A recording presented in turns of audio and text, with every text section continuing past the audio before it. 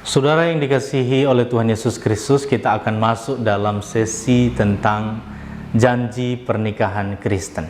Saudara, sebelum sepasang kekasih resmi menjadi suami istri, mereka terlebih dahulu mengucap janji pernikahan.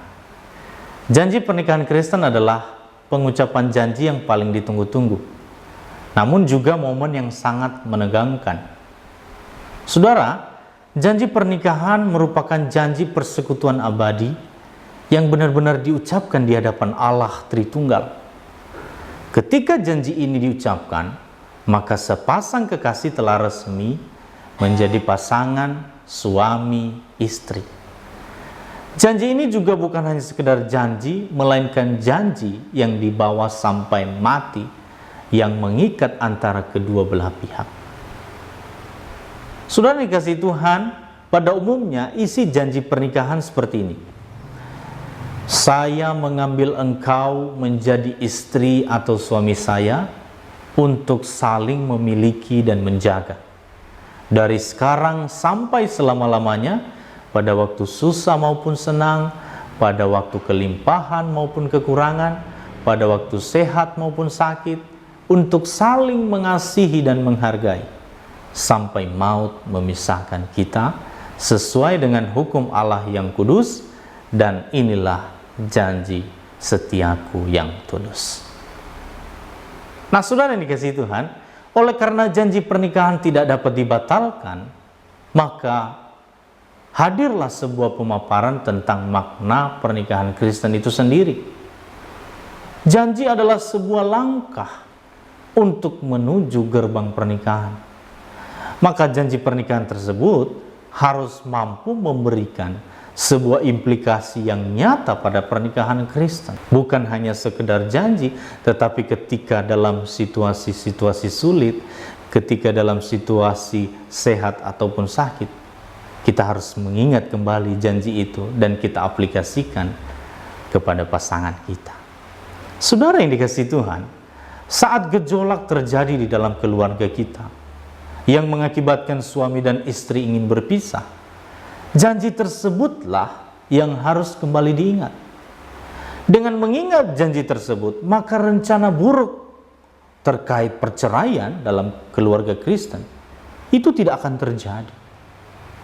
Janji ini juga yang bisa mengembalikan hubungan yang dulunya merenggang hingga kuat, seperti pinang yang tak terpisahkan. Sebenarnya, apa saja yang bisa melemahkan janji dalam pernikahan Kristen? Yang pertama, saudara, egoisme. Egoisme merupakan sifat jelek manusia yang terlalu memikirkan diri sendiri, tanpa memperhatikan kepentingan orang lain. Seseorang yang hanya berbuat demi kepentingan sendiri, itu dinamakan egois. Dan egois tidak boleh ada di dalam pernikahan, karena dua menjadi satu. Yang kedua apa? Yang kedua adalah humanisme. Humanisme adalah mengajarkan kalau pernikahan merupakan persoalan manusia secara pribadi dan tidak ada campur tangan Tuhan di dalamnya. Tidak ada hubungannya dengan Tuhan. Inilah yang membuat hubungan manusia dan Tuhan dapat renggang bahkan retak. Ini yang kadang-kadang membuat persoalan di dalam keluarga Kristen. Yang ketiga adalah relativisme. Apa itu relativisme? Yaitu sebuah aturan yang diputuskan oleh manusia itu sendiri. Dan jika aturan tersebut tidak sesuai di kemudian hari, maka manusia bisa mengubah sesuka hati apa yang diinginkannya. Yang keempat adalah pragmatisme.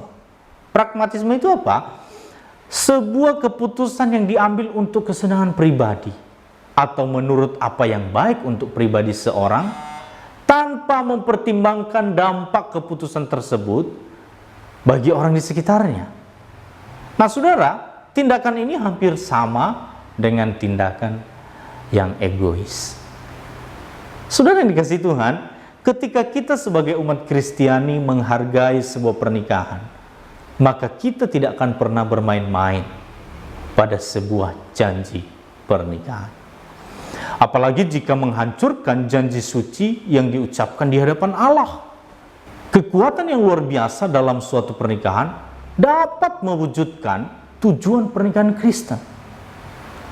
Ketika setiap pasangan mampu mengingatkan pasangannya akan komitmen yang pernah diucapkan. Bagaimana caranya? Yang pertama, dengan cara mendewasakan pasangan kita. Saudara, lambat laun janji pernikahan akan turut bekerja untuk mendewasakan pasangan kita. Pasangan yang telah menikah dalam waktu yang lama akan semakin mampu untuk saling menguatkan, saling menopang, saling menolong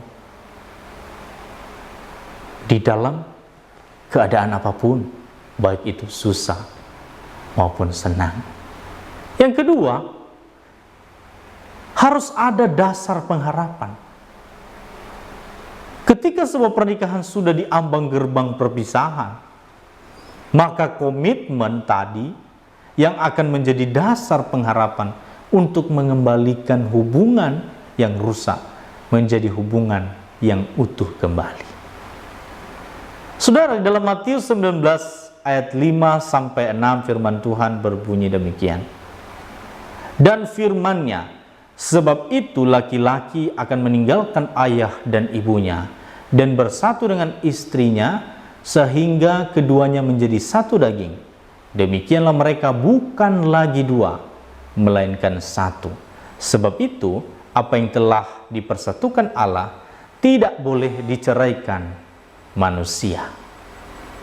Saudara yang dikasihi Tuhan, tujuan utama pernikahan yaitu untuk memuliakan Tuhan. Adanya hubungan yang mengikat antara pasangan yang menikah dengan Tuhan yang sesuai dengan Alkitab.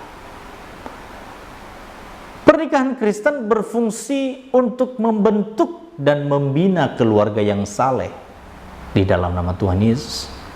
Saudara, agar pernikahan kita bisa utuh hingga maut memisahkan, segala jenis perbuatan seperti egoisme harus bisa dikikis sedikit demi sedikit. Ketika setiap pasangan telah berhasil mengikis ego masing-masing, maka pernikahan bisa berjalan mulus sesuai yang diharapkan Tuhan. Saudara, agar hal itu bisa terjadi, maka sepasang suami istri harus memiliki landasan pernikahan. Apa saja landasan pernikahan itu? Yang pertama adalah komitmen. Komitmen total di hadapan Tuhan. Saudara yang dikasihi Tuhan, kita sering mendengar kata komitmen. Apakah makna komitmen itu? Komitmen adalah ucapan seutuhnya yang mencerminkan sebuah janji baik bagi diri sendiri maupun bagi orang lain. Nah, dalam pernikahan, kita mengikat janji tidak hanya bagi diri sendiri, namun juga bagi pasangan dan bagi Allah. Banyak orang yang hanya berkomitmen baik di awal-awal saja. Namun setelah waktu berlalu, komitmen tersebut hanyalah sebuah coretan belaka. Jika Anda sudah terikat janji pernikahan, maka berkomitmenlah secara total di hadapan Tuhan. Berbuatlah sesuai apa yang kita ucapkan di dalam janji pernikahan. Dan jangan pernah melupakan janji itu begitu saja. Yang kedua, saudara, landasan dalam pernikahan kita yang paling penting adalah Tuhan Yesus itu sendiri. Hadirkanlah Tuhan dalam keluarga kita. Pernikahan terjadi karena adanya persetujuan dari Tuhan Yesus. Jika Tuhan tidak berkehendak, maka hubungan baik yang telah dijalin selama ini tidak akan mungkin bisa menembus jenjang pernikahan. Dalam pernikahan manusia, dialah Tuhan Yesuslah yang mengetahui bagaimana seluk-beluk pernikahan kita. Maka dari itu, melibatkan Tuhan Yesus dalam pernikahan merupakan hal yang teramat penting. Hanya Allah sajalah yang menjadi pondasi dan landasan dalam pernikahan umat Kristiani. Saudara, pasangan yang menikah tanpa adanya restu dari Tuhan atau tidak memiliki pondasi yang kokoh, maka pernikahan tersebut sangat mudah digoncangkan oleh angin. Masalah kecil yang terjadi bisa membawa pernikahan pada gerbang perceraian. Maka saudara yang dikasihi Tuhan, ingat janji pernikahan dibawa sampai mati. Bagi Anda yang ingin menikah namun belum siap sepenuhnya di dalam janji pernikahan, maka pernikahan bisa ditunda hingga Anda benar-benar siap masuk dalam pernikahan.